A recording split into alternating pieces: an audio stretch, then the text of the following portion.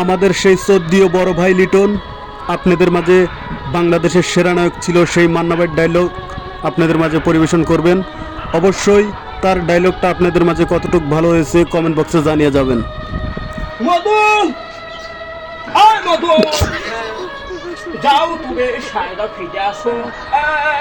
এই মধু, আয়, তুমি যাবে না? আয়, জিভ বাড়াবে না। আমার জিভ বাড়ালে আমি তোমাকে কি করতে পারে? যা তুমি বের বাড়ি যাবো।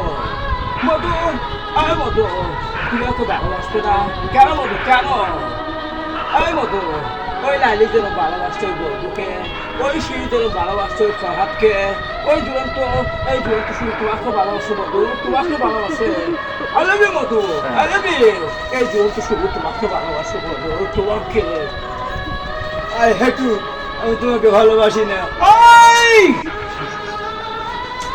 এই দুনিয়া তুই তো ভালোবাসে না, এ কথা বলা আমার তো তোর নাই, তোর নাই।